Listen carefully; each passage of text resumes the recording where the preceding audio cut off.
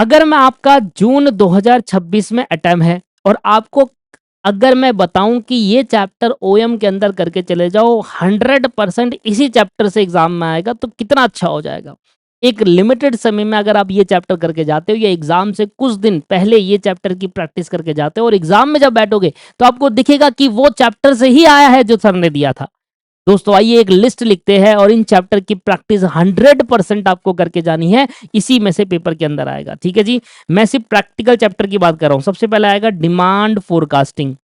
ठीक है, demand forecasting भैया पेपर के अंदर आता है इससे। ठीक है, दूसरा आएगा कैपेसिटी प्लानिंग, इसके बाद वाला चैप्टर है कैपेसिटी प्लानिंग।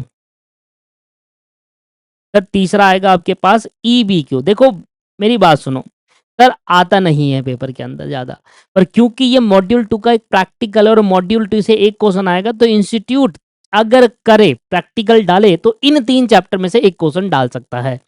तो मेरी रिक्वेस्ट आपसे ये रहेगी, प्रोफेशनल कोर्स है, जून 26 में टाइम है, कुछ भी हो सकता है, तो आप इकोनॉमिक बैच क्वांटिटी वाला चैप्टर पढ़कर चले जाना।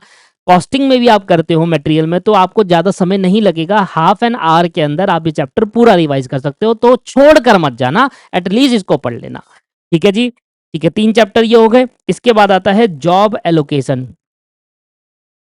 क्या आता है? जॉब एलोकेशन, जिसको हम असाइनमेंट कहते हैं।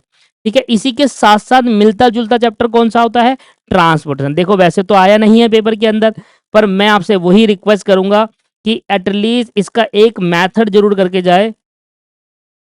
ट्रांसपोर्टेशन प्रॉब्लम का आपको पता है वो कौन सा मेथड है जो लंबा मेथड है और बार बार पूछता है, एक बनाते रहो, दो बनाते रहो, है ना? तो वो वाला मेथड जरूर करके जाए ट्रांसपोर्टेशन प्रॉब्लम के अंदर। पेपर में नहीं आता, मैं फिर कह रहा हूँ सर, क्यों करके जाए फिर? भरोसा नहीं है ना सर, प्रोफेशनल कोर्स है, बीकॉम का एग्जाम नहीं है ना, कुछ भी दे सकता है इंस्टीट्यूट। हर बार असाइनमेंट प्रॉब्लम आता है, हर बार असाइनमेंट प्रॉब्लम आता है, पर इसका मिलता जुलता दे देगा सर ट्रांसपोर्टेशन। मैंने कोई और चैप्टर इसके अंदर ऐड ऑन नहीं किया, क्यों? क्योंकि असाइनमेंट और ट्रांसपोर्टेशन मिलता जुलता है, इसलिए चैप्टर से ऐड करें।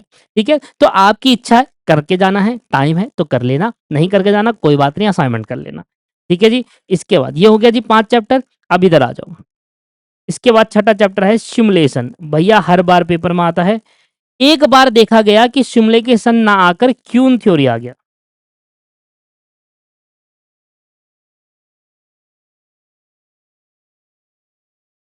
तो एक बार इस पे भी नजर मान लेना, पर 90% से 95% चांस है इसके आने के और 5% चांस है इसके आने के। ठीक है, तो मैंने आपको परसेंटेज बता दिया कितनी इंपॉर्टेंस कौन सा चैप्टर रख रहा है।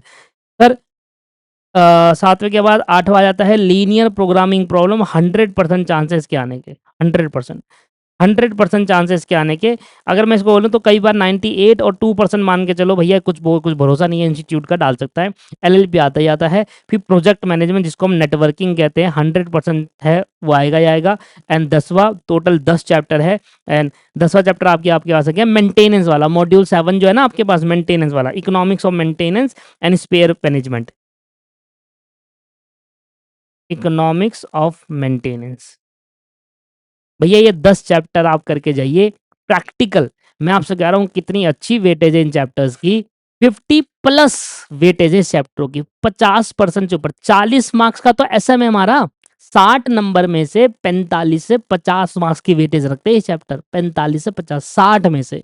एसएम 40 का आपको पता है, 60 में से 45-50 मार्क्स की वेटेज रखते हैं। तो कृपया करके इन चैप्टर को करके जाइए, इसको अपनी स्टडी में ऐड ऑन करिए, 100% करके जाइए इन चैप्टर को। मेरी बात मानिए, हमेशा अपनी स्ट्रेटेजी रिस्क बेसिस पर नहीं बनाना चाहिए। मैं बहुत सारे स्टूडेंट को देखता हूँ, वो पिछले 5 साल के पेपर को एनालाइज करते हैं। वो देखते हैं कि यार क्वेश्चन नंबर 4 के ए पार्ट में, एग्जांपल ले रहा हूँ, क्वेश्चन नंबर 4 के ए पार्ट में तो 5 टर्म में असाइनमेंट आया है, तो इस बार भी असाइनमेंट करके जाता हूँ, बाकी सब छोड़ देता हूँ। This is a risk strategy. Assignment के साथ ट्रांसपोर्टेशन दे सकता है, क्यों? क्योंकि ट्रांसपोर्टेशन असाइनमेंट से मिलता जुलता है। तो ये होती है स्मार्ट स्ट्रेटेजी। मैं आपकी स्ट्रेटेजी को बेकार नहीं कह रहा, आपकी स्ट्रेटेजी रिस्क भरी कह रहा हूं कि अगर आप सिर्फ असाइनमेंट करके जा रहे हैं तो, ये कह रहा हूं मैं आपकी असाइनमेंट, आपकी स्ट्रेटेजी को रिस्क भरा कह रहा हूं। सिर्फ सिमुलेशन करके जा रहे हो तो क्यून थ्योरी करके चले जाओ। अगर सिमुलेशन की जगह क्यून थ्योरी आ गया तो पूरी स्ट्रेटेजी धरी की धरी रह जाएगी। तो हमेशा रिस्क बेसिस पर स्ट्रेटेजी। सर प्रोफेशनल एग्जाम करो, इस बात को भूलना नहीं चाहिए हमें। प्रोफेशनल कोर्स के अंदर इंस्टीट्यूट जरूरी नहीं है कि पेपर पैटर्न जो पिछला है वही फॉलो करे, कई बार तो एमटीपी अपना फॉलो नहीं करता इंस्टीट्यूट। ठीक है जी। तो प्रोफेशनल कोर्स को प्रोफेशनल मैनर में स्ट्रेटेजी मेंटेन करिए, बाकी आपकी इच्छा है, अगर आपको नहीं करना मत करिए, वो आपकी पर्सनल कॉल है। दोस्तों मैंने आपको 10 चैप्टर दिए हैं, आप इन 10 चैप्टर को करके जाइए, मेरी बात मानिए और अच्छा एग्जाम आपका होगा। ठीक है जी। और सर एसएम के इंपॉर्टेंट क्वेश्चन चाहिए आपको, एसएम के स्ट्रेटेजिक मैनेजमेंट के, अरे टेलीग्राम चैनल के अंदर कब का पीडीएफ डाल दिया है मैंने और वीडियो भी बनाई थी, बहुत सारे बच्चे मिस कर देते हैं। नीचे टेलीग्राम चैनल का लिंक है या सर्च कर लो दीपक क्लासेस, 12,000 समथिंग सब्सक्राइबर है उसके अंदर, आप जाओ वहां पर पीडीएफ देख मिल जाएगी आपको। ओएम की थ्योरी की पीडीएफ और एसएम की भी थ्योरी की पीडीएफ है, इंपॉर्टेंट थ्योरी की, जा सकते हैं। वीडियो देखने के लिए धन्यवाद। पहली बार हमारे चैनल पे तो सब्सक्राइब करके चैनल को जरूर सपोर्ट करें। Thank you.